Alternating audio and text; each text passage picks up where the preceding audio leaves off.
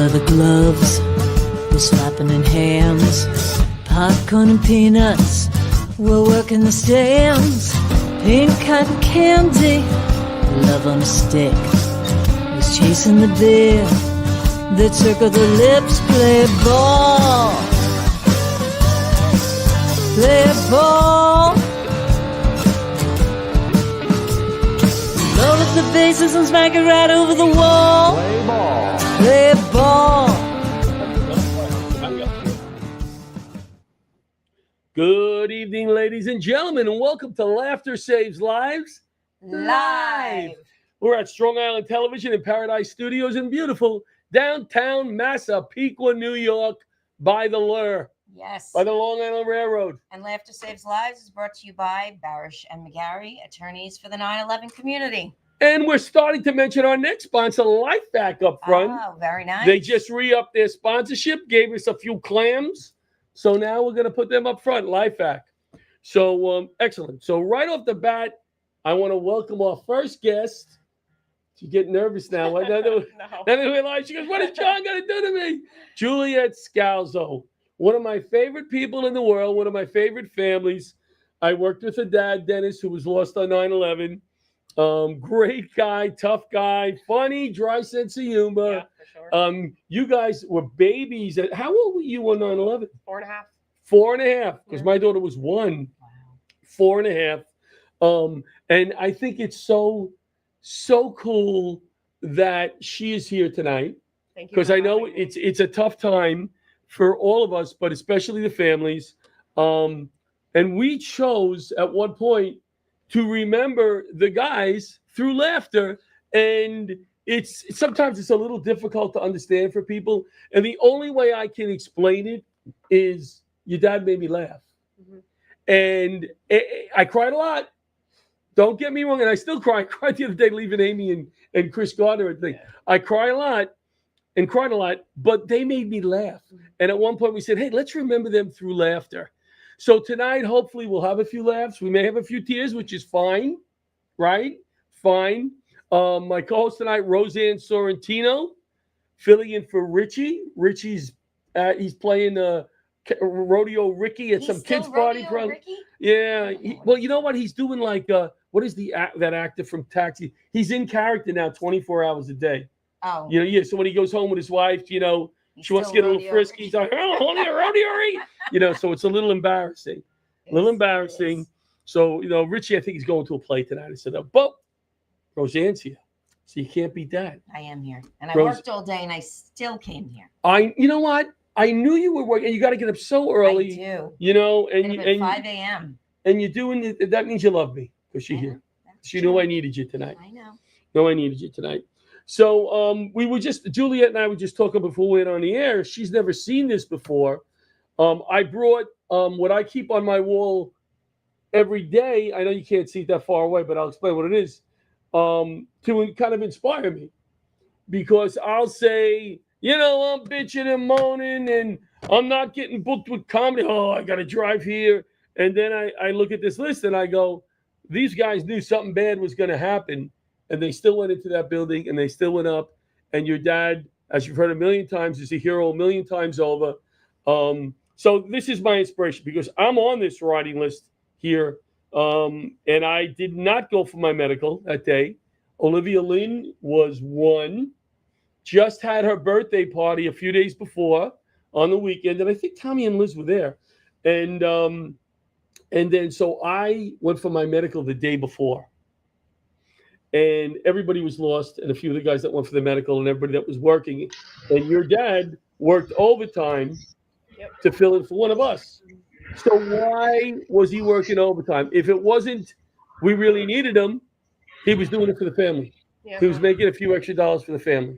He was you trying know. to take my mom on the honeymoon to Hawaii that they never had. Oh, really? So they eloped. Ah. They never had a honeymoon. I didn't know together. that. So that was the reason for Oh, overtime. wow. That's awesome. Hey, That's John, awesome. I know you have a tough time seeing these things from there, but Darcy is saying, hi, guys. Oh, we don't see Darcy. Where's Darcy? We don't see. Hey, Darcy, that's That's my sister. That's Juliet's sister. Do we see how? I don't Yeah, see it it. was down at the bottom. Oh, it's down. Hey, It's Darcy. small. Thank you, Butch. So I wanted to talk to you a little bit about. Well, let me just ask you a quick question before. You were a teacher at the time in schools, I was. and I remember my kids. What happened in the school? What did they do to try to calm these kids? Because I'm sure a lot of their parents, some of them were firefighters, some of them were cops. Well, this was way before cell phones were really That's prevalent. true. So the kids didn't know. And they closed the library. They set up a TV in there for the teachers. And we were told not to tell the kids because a lot of the kids in the school district had parents who either worked in the city, maybe they were working in World Trade Center, they were maybe Right. cleaners, drive, whatever they did. And we didn't want to say anything and get them upset. Right. And needlessly, maybe, maybe their parent was fine. Right, and I would say most parents were fine. The people that were lost in the building were from all over Long Island, Queens, the city, Tri-State Jersey, area. Connecticut. But So maybe they had family. right. So they set up, and I didn't even know. I was in class when it happened, Mhm. teaching. And then after my class, I called home just to ask my husband a question. And he was like, "Can you believe this?" And I said, "What?" Mm. And he's like, "Planes just flew into the," and I said, "What?" And I ran up to the library and you see it. And it was just this silence Yeah. in the library, just this shock. Were any Nobody- students in the library at that No, time? it No. was closed to students. As a matter of fact, Interesting. they're doing a day of remembrance tomorrow. The schools are doing all different things in different classes Nice. to teach these children about it, because a lot of them, They don't none of remember. them were born when it happened. No. And they are using the two letters, the one letter that was written by the building principal to say the library is open for teachers only. This happened. And then a letter from the superintendent to the community after, which I think is a pretty interesting way to get into it and talk about it. And tomorrow is, wear red, white, or blue, or all three, so really trying to, And coming from you, I'm sure you're. I don't think you use the right word, happy, but it's good to know that they're teaching the kids about heroes like your dad. Yeah, I think not even just about my dad. Well, I'm just saying, I think it's so important to teach people and children what actually happened that day and how important it is to us, even as New Yorkers or as a community. I mean, I think this country has never been more unified than it was on September 12th. Without a doubt. That's what they always say. Without But a I doubt. think it's so important to share the stories of even just ordinary citizens and what they did that day. And, it's part of our history. I had a gentleman on my block. He was very religious. He still lives there. Wife, daughters, Anthony. And I remember one of the nights. I don't think it was the first night, but one of the nights, we stood in front of his house, the whole block, and prayed, held hands and prayed. That hasn't happened since. No. People. You live on the block, and everybody doesn't come together like that. And it was really cool to be able to do that. So after 9/11, you were 4, you said 4.5. Yeah. What are the first things that you remember about getting consoled or trying to make you feel that everything was going to be not the same or great, but okay? Do you remember? I mean, firstly, I was so young, but Yeah. I remember that day vividly. I was at my grandfather's house, and I didn't have preschool that day. My mother was teaching. My other siblings were at school, and I was playing in front of the television with Jenga blocks. And my grandfather, to this day, always has the news on, always. And the news were on, and I watched everything. And so I think that imagery is ingrained in my mind. It has been forever. But the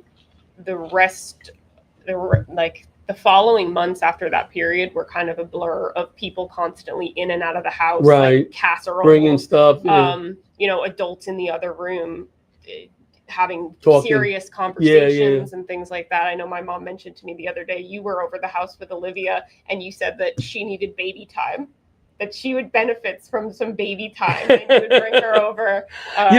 It's so funny because you mentioned like all a blur to me. Yeah. I don't remember that at all. Yeah.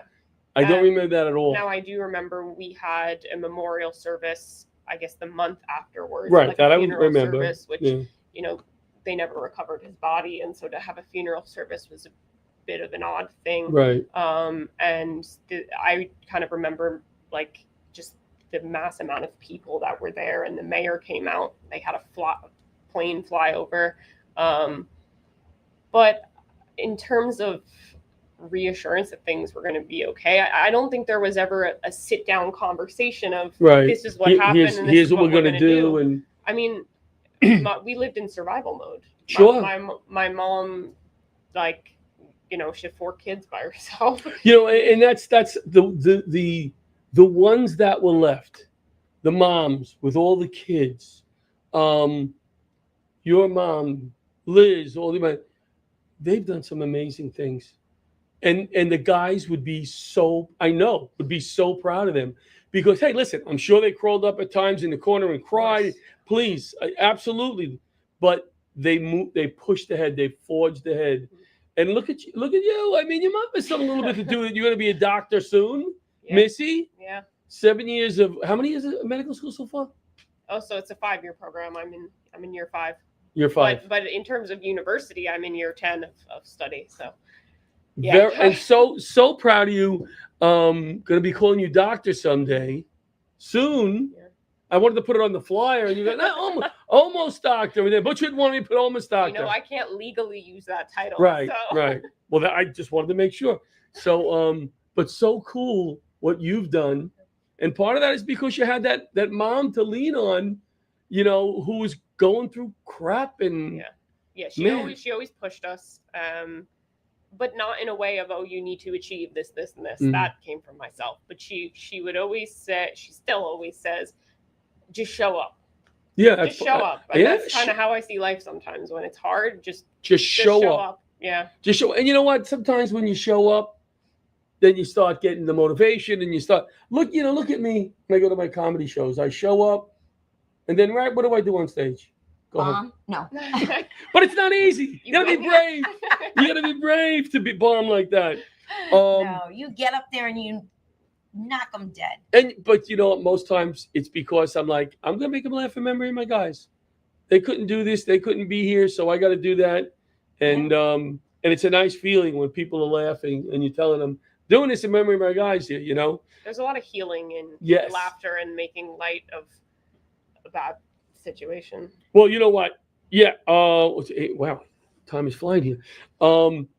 So they did have certain programs. You were talking to me. We're going to have Rebecca on, and your sister knows Rebecca pretty well. Oh yeah, long time. And why is that? What did they do to help these children of 9/11? So there were many organizations, and I'm very grateful that my mom kind of signed us up for everything. Like, she didn't shelter us. She was like, and even in counseling, you're going to counseling from a young age. I don't care if you sit there and you say nothing, but you're going and you're going to show up. You're going to try this. But there were different organizations. One of them is Tuesday's Children that had done like a myriad of programs to just link kids together and link people through like Big Brother, Big Sister, art therapy, take your kid to work day, things like that. And isn't that, I don't mean to interrupt you, but Liz became an art therapist because of that.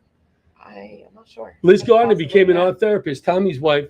I think that's the reason I was talking to her yesterday about it, but because she saw the benefit that her children got out of it, she went back to school. And that's the kind of thing I'm talking about with the wives that were left, the amazing things that they did. Yeah. The other program was America's Camp. So a group of camp directors from up in like the Massachusetts area had kind of, I guess, reserved the last week of the summer when their sleepaway camps were over, and they got all of the kids that had lost a parent in 9/11 together, and we went to sleepaway camp for a week.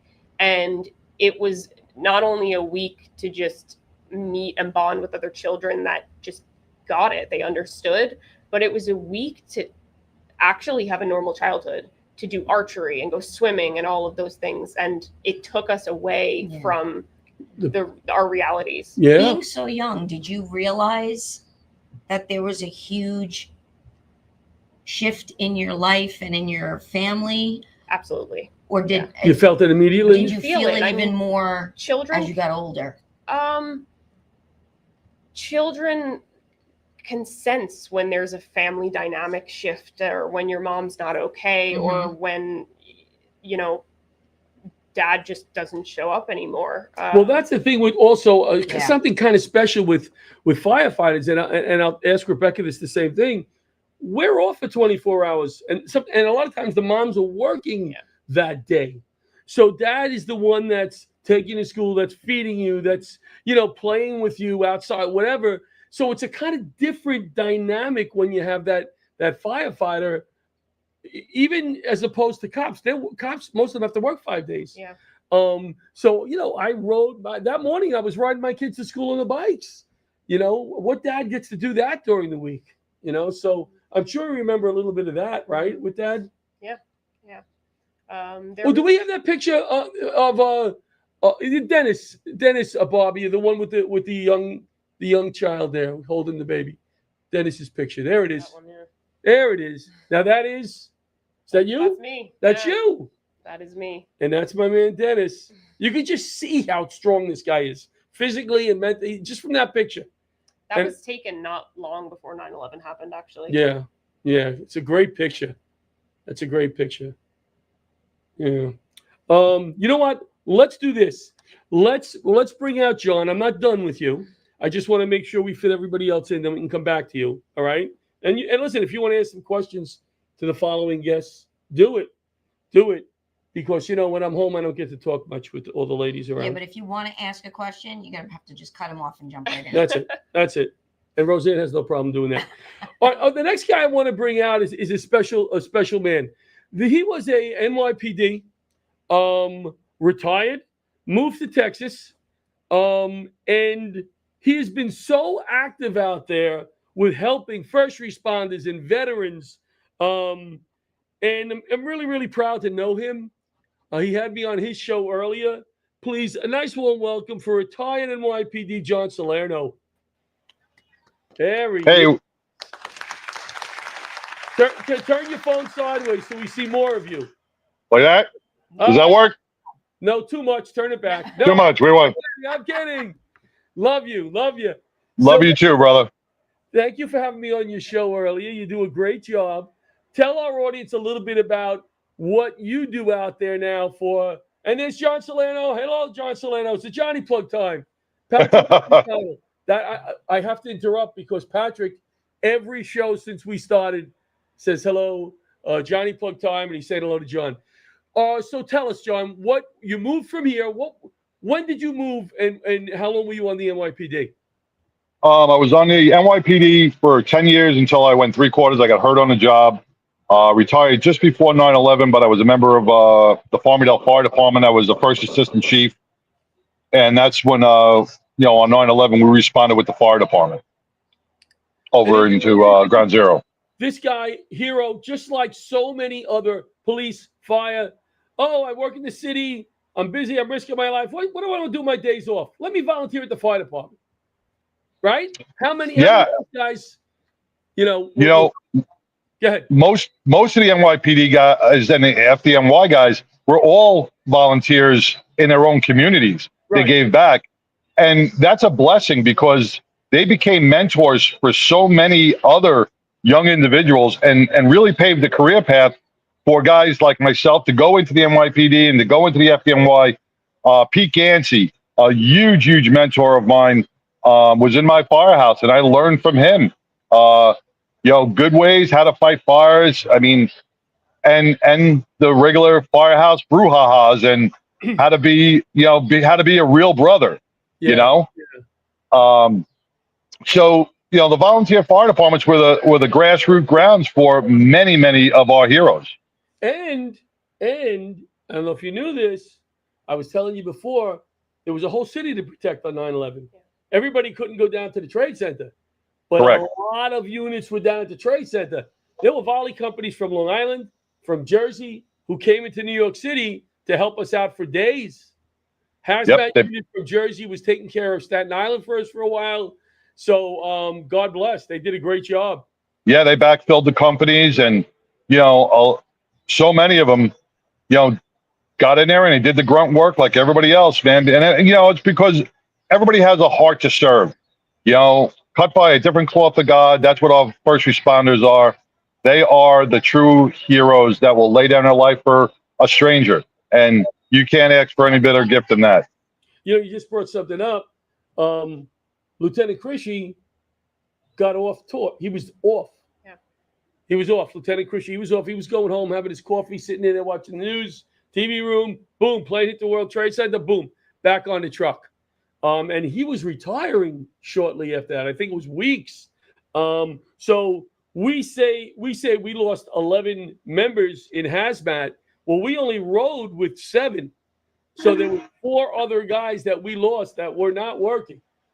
Yep. Hey, like with the NYPD, police officer Roy was just handed in his retirement papers. He was at 1 PP handing in his retirement papers when the plane struck. He said, "Hold off a minute," and he grabbed his retirement papers and he ran down to the trade center.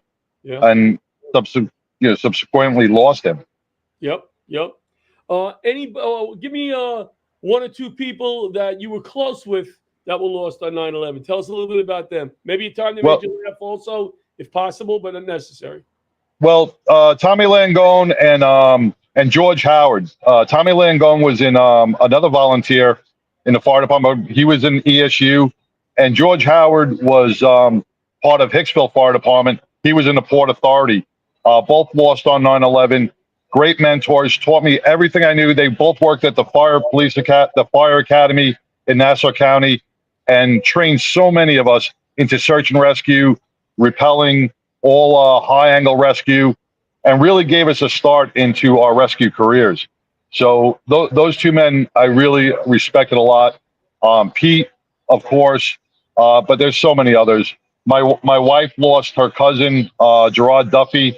He was in a who I worked with occasionally. He was in 21 truck, right, or 34 engine. 21 truck. 21 truck. In 12 truck, and if they were short a guy, I'd go up there. If we were short a guy, he'd come down, and I worked with him a few times. He was never recovered. Oh no, very nice guy. I didn't know him too well, but a quiet guy and a nice guy to be around, from what I remember. Yeah, I never met him, but they all called him Cool Duff through the family. And he was the jokester, and he was the fun-loving cousin that everybody wants at every barbecue. It's so many firefighters though, right? I like that. That's why when I remember him through laughter, so many of the guys that you worked with made you laugh. And then when the bell rings, man, some of these guys were just awesome. Awesome. Yep. Your dad was an awesome firefighter. Amongst everything else, I would just listen to him and follow him anywhere because I knew that he was smart enough, not to get me into trouble. Tommy, same way. Tommy Gardner, he well respected uptown in the busy firehouse. He transferred to hazmat, well respected in the hazmat community. A college instructor, professor on the side. That's how smart Tommy was. He came on my show. He was funny. He used to write jokes for me. I had a lady call up my radio, call me up, probably like 2 months after 9/11. And I don't think she put 2 and 2 together that Tommy was lost on 9/11. And of course, she knew your jokes. She knew your jokes were going bad. Yeah. So she called up and she says, "Listen, John, I'm putting this film together, and I'm looking for a firefighter that's handsome and funny and tough." And I'm sitting there going like this, "All right, Johnny," And she goes, "Could you ask Tommy to give me a call?" And then I had to break it to her. She knew him 20 minutes, and this woman sobbed. 20 minutes. That's how the impression he left on people. Yep. Yep. I mean, everybody, women, yep, men, kids, adults. He was just that kind of person, and it wasn't forced like me. You know, I have to force to get the joke. Like when I do my comedy shows, I look at the videos afterwards, and my punchlines are 3 times louder than everything else. And I remember, hey, you know, that's my punchline. But Tommy was awesome. All right, so you, Duffy, anybody else you wanted to bring up or? Just once again, just everybody who is everybody who is lost, their families, and that's what today is all about. Tomorrow is all about. The rest of the year is all about. It's about the families. We keep them in our thoughts, prayers, if we knew them or not. I have 100% respect for every person that was out there, and I hold each one of them dearly in my soul, and I'll always remember them if I met them or not. I call them a brother or I call them a sister. You are doing amazing work. You should be so proud of yourself because I'm proud to know you. You're doing such wonderful work that the Dallas Stair Climb named one of your charities the beneficiary this year. That was a wonderful thing because we do the workshops for our first responders. We do free workshops for post-traumatic stress.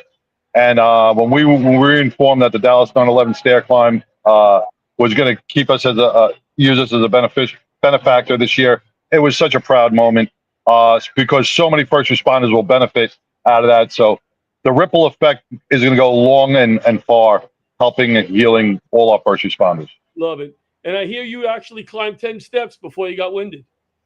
Yeah, but that was only to the food truck.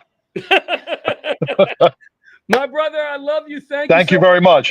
God bless you guys. And stay safe and keep up the good work on your end. And I hope tomorrow you find some peace, my brother. You too. God bless. John Solano, retired NYPD. You know what we're going to do, Bobby? I am going to go to Barasch and McGarry a break, and we'll be back with Rebecca.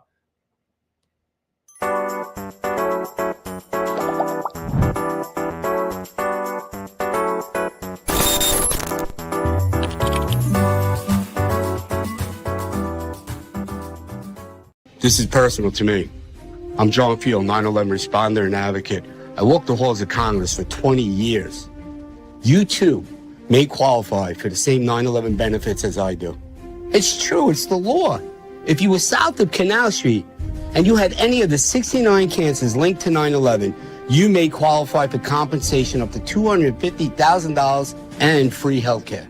Sadly, only 10% of you have enrolled. Access what you are owed.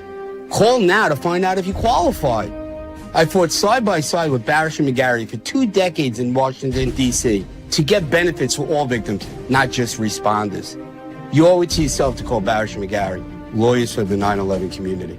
I trust them. So can you.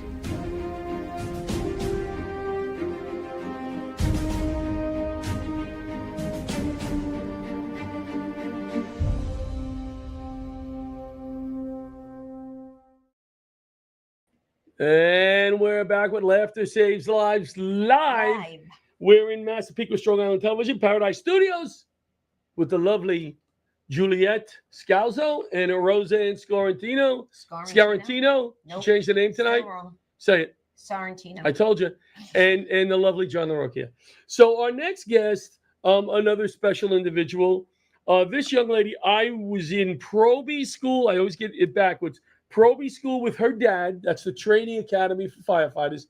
And I worked with her uncle, Paul Asario. Her dad was Carl. He was lost on 9/11. And well, let's bring Rebecca out first. Let's bring her out. Rebecca Asario. Hi. Thank you for having me. Our studio audience is going crazy right now. They're going crazy. Thank you. So good. So we were trying to get a picture of Rebecca in her uniform, and we were like, should we put the uniform or the beautiful picture with the curly hair on the pose? We ended up putting this beautiful picture instead of the uniform, but we're so honored to have you here. Thank you for having me. Of course. Very honored. And I didn't know that you were such good friends with Darcy. But yeah, we go way back since America's Camp. Yeah, you go back in the day. Wow. So now, how many children did Dad have on 9/11? Too many. Was it 6. Six or seven, right? 6. Yeah. 5 Right. boys and me. one girl. And how many of them are New York City firefighters? There's 4 of us total. Unbelievable. Wow. Yeah, Unbelievable. thank you. So now, did you become a firefighter, you think, and I know it sounds like an obvious question, but I'm going to ask it anyway, because of your dad and your brothers? Or do you think it was something that you would have done if your dad wasn't lost on 9/11? I think because to honor my dad, I always wanted to help people. I knew that was always something I wanted to do. And then when my dad died, I looked more and more into it. I saw my brother Carl going first, then Matt to follow, and then I took the test. And then my brother Mark, we ended up in the same academy together. So it just worked out well, and it's perfect. It's where I feel like I'm supposed to be. Love it. I was going to ask you one silly question is, I know the 4 of you can't work together, but how would that work out if the 4 of you were in the same house at the same time? I don't know. We get along well. I just Yeah? think it'll just be a lot of like I know we talk about it at home because it's kind of like the firehouse kitchen. Yeah. We talked about one day we're like, where would we work? What position? Who would get what? We said we'd do a 24, one the engine, one the truck. But I think it'll go well. I don't know who would get roasted the most. It would be me probably. But it'll be a good 24 for them, not so much for me. Yeah. Yeah. Were they very protective of you? Yeah. Yeah. They How were did, very protective. how did mom feel about you becoming a firefighter? She was proud. I think she was a little worried. She said she wanted to be a firefighter when she was younger, Oh, but really?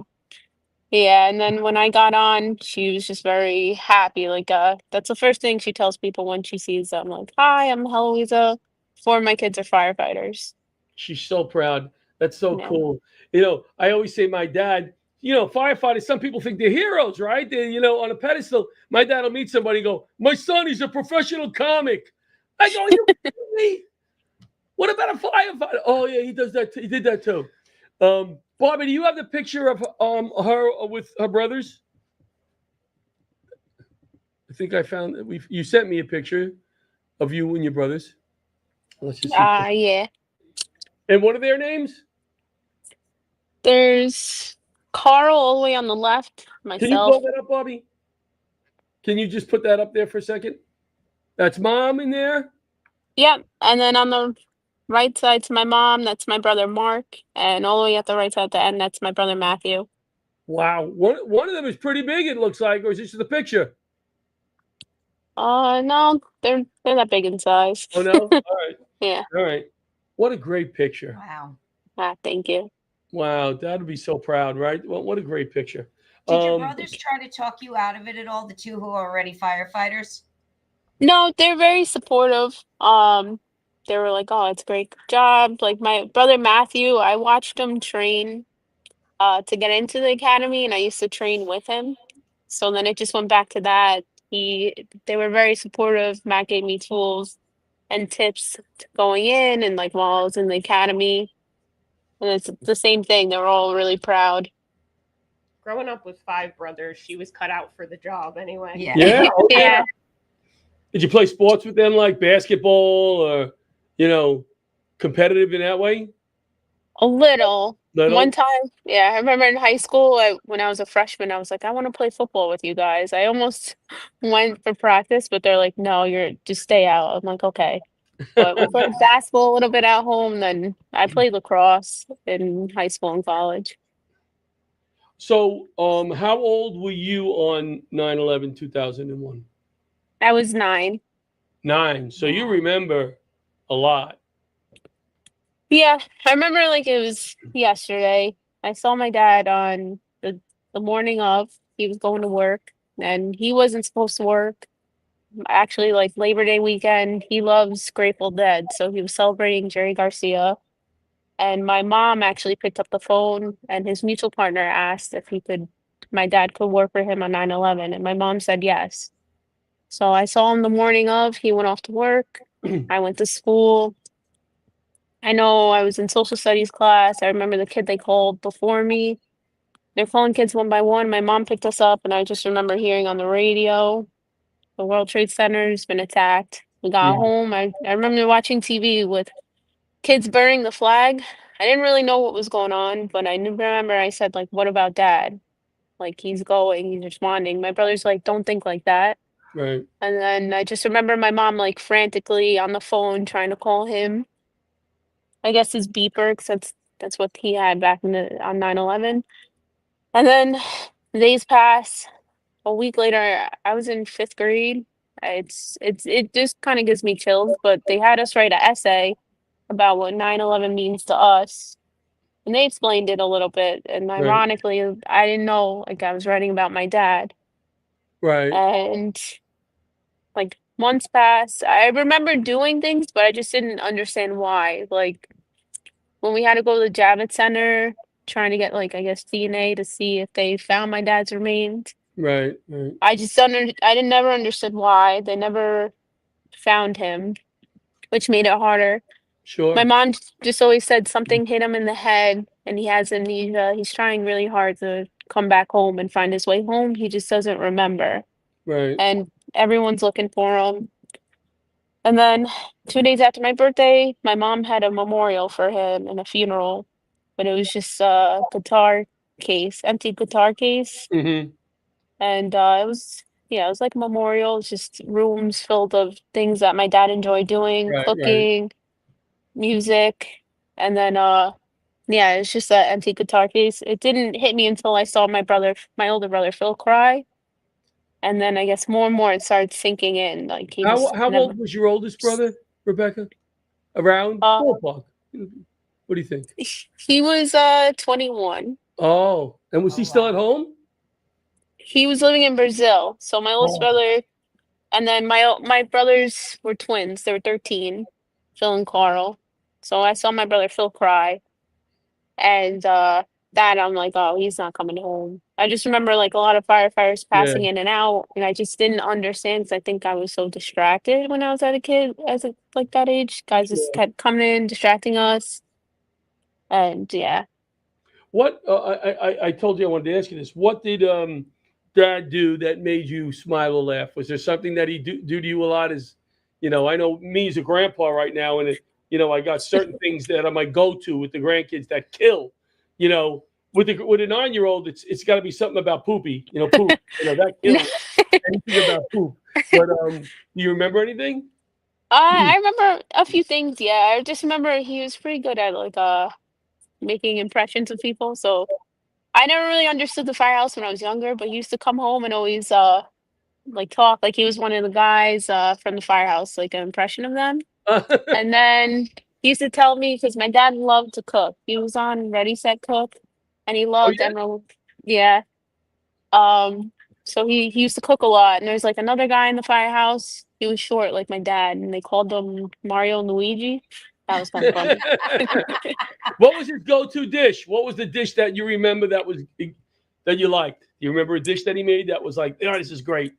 Well, I love ravioli, so whenever he made that for me, I was just always happy. Oh, me And too. then yeah, Me and too. then just my dad, he was full of life. He was like, and everything. They say he's a big kid, so he used to always rush home, go bike riding with us, play sports until the lights came on. My mom yelled for us to come in, and what else? So he used to like have a little concert at home with us because he loved music. Big Deadhead. Oh, cool. He played every instrument.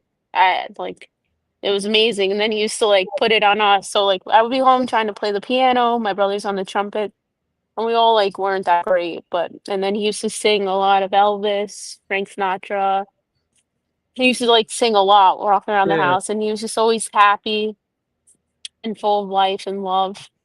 A lot of firefighters. Well, I used to say when I worked in Manhattan, I would take the Long Island Railroad in during the week. I drive. Well, your dad worked in Manhattan also, but I used to drive in only on the weekends because the traffic or whatever.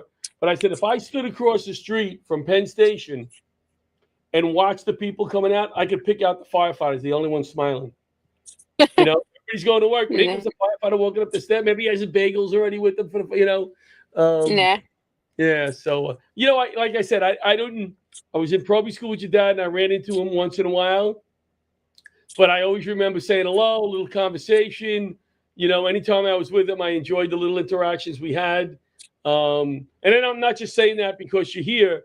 There were certain guys on the job where you didn't have that. You know, whether it was just neutral or they rubbed you the wrong way, you know. But anytime I came in touch with he always made me feel like, hey, you know, you're cool. I'm cool. Let's talk. You know, a good guy.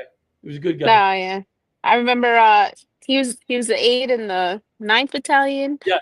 And like a lot of people I spoke to him, they're like, your dad just liked to talk. Like I guess when he called to hire guys, sometimes their wives would pick up and just the guys and they're like, yeah, he'll be on the phone for hours. It's like, Carl, am I hired or not? And I used to do the same job in the 7th.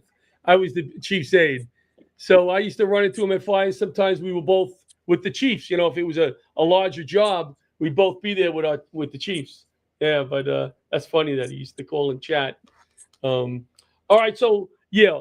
Anything else that you want to say about your dad? Do you want to ask her anything about something? Thing? We go way back. I I feel know. like nah, we know. we don't know. We're just due for Girls' Day soon. That's it. For a girls' day. Yes. In the group chat. Yeah. We're due for a girls' day. Oh, I'm not including John this. loves it. I love a good girls' day. Honestly, love It's always great. day out in itself. Yeah, I That like- would be. Well, You we're gonna should put join that us. It when would be she comes fun. back. Rebecca, thank you so much. Thank you. Thank you for everything and still honoring Yes, those who we lost. you're a hero. Be safe out there. Yes. You're a hero Uh-huh. already. You don't have to prove to anybody. Don't do anything extra. Then do your job, but be safe, please. Yeah, thank you. I appreciate it. All right, we'll see you soon. Rebecca Asaro, daughter of Carl Asaro, lost on 9/11. A very, very nice person. And I'm so happy that she gave us the time tonight. Let's see where we're at. We're not going to break right now. We're going to bring in Laura Horowitz. Is Laura there? Yes, she is. Yes, she is. So this is pretty cool. You know, I really don't know Laura that well, right, Laura? Right. Right. And I don't know the person she's going to speak about. But the whole idea of what I wanted to do here and what people should be doing out there is we need to talk about these people, who they are, what they did, pass it down from generation to generation. And I said, well, why not have Laura on? And I'm going to learn about Detective Joseph. Pronounce his last name. I'm going to screw it up. Abatolo. Yeah. Detective Joseph. Let me learn a little bit about him. So tell us how you knew the detective and a little bit about him. It was awesome. It was really awesome. I grew up out in Suffolk County. I grew up out right. That's how I ended up with Jen McNamara. Okay. That's where I know you. I grew up in Blue Point, and literally right in her backyard. So it was pretty funny. And my dad and John are buried together in Blue Point Cemetery. John McNamara died of 9/11 related cancer. Correct. Just came up on 16 years. So anyway, with Joe, I moved into Brooklyn in 1981. I graduated high school. The day of graduation, I left and I went back to Brooklyn. I was born in Brooklyn and raised in Long Island. So I went back to Brooklyn and I started working in Burger King on I don't know if you Coney Island Avenue at all. It was Coney Island Avenue and Avenue U, and Joey was my manager at Burger King. All right. And his girlfriend at the time was the manager as well. So I had the two of them, and her and I became best friends. And then Joey left Burger King and became a New York cop. Okay. And it was like the most awesome thing to watch him do. He was the best. He really was the best. Yeah. They adopted 3 drug babies. And Wow. one of those drug babies is now wearing Joey's badge. Oh, wow. What a wow. story. That's awesome. Yeah, I'm really proud of him. I just wanted to finish with the McNamara. Jennifer McNamara from the Johnny Mac Foundation, she Right. started a charity in John's memory, and that's how I met Jennifer. We did a show or two for her, and they actually honored me once at the golf outing. Not Right. because I play golf well. We came in last And place. that's when I met you. That's when I met you and your dad. Yeah. That's Oh, when I cool. met you and your dad. Now it's coming back to me. Yeah. Your dad Yeah. was awesome. I loved your Thank dad. I had such a blast with him that day. You guys were so nice to him. Well, this is my thing. Okay, I promised all the guys. I was a Salvation Army volunteer during 9/11, during recovery. Okay. And I promised every single one of those guys. I turned 40 that year, and I promised them they were like my babies. I mean, it was just amazing. So I promised each and every one of them, if anything were to ever come of them, I would take care of their families just like I took care of them during the recovery. And then my dad passed in January of 2010. Johnny passed in August of 9. And this whole time I'm hearing, oh my God, there's a New York firefighter in Blue Point Cemetery. Now, Blue Point Cemetery is this big. Right. So a New York firefighter in Blue Point Cemetery, how do we not know that? And I found out, about Johnny, and then I got in touch with Jen, and then the rest is history. I volunteered with her every single year, everything she did. I was there to volunteer with her. And I became very friendly with yourself and, Billy Bingo and all the crazies. Oh, that's so nice. All the crazies. All the crazies.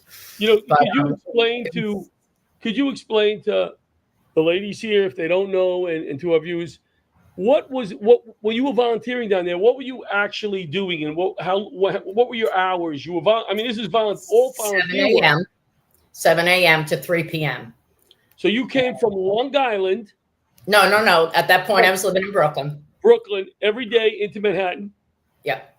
And volunteered. I dropped my kids off at school. Right. And because I was blessed to be a stay-at-home mom. So at that point, my kids were 7 and 5. And I would drop them off at school, and I would go down to Ground Zero and volunteer for 9 months. And see, that's the kind of person. Absolutely. That's the kind of person right there that I'm glad you're on tonight, because I not realized all of this, but that's how we that were left, and some of the families too, how we made it through. We didn't do it on our own. We didn't, get through this on our own. People like you were out there. I always told the guys, one hand washes the other, and both wash the face. That's right. That's the analogy that I used, because it was just so awesome to watch all of you. And I used to stand there and just be in awe to watch 1,000 men get up, and because it was a recovery. And I'll never forget any of you or any of it that I did, and I'm truly honored. But well, they were lucky. They were lucky to have you. Going back to Detective Joseph, I don't want to not pronounce his last name right. Cavatolo. Cavatolo. Can you give us a time when you working at Burger King or after that where there he is? There he is. Oh man, he was one cool cat. Yeah, DCPI. He was in charge of all the newscasters. Oh, so, wow. Yeah. Can you tell us a time he made you smile or laugh? Can you give us a story? Always. Can you give us a story? Or I'm sorry? Can you give us a story?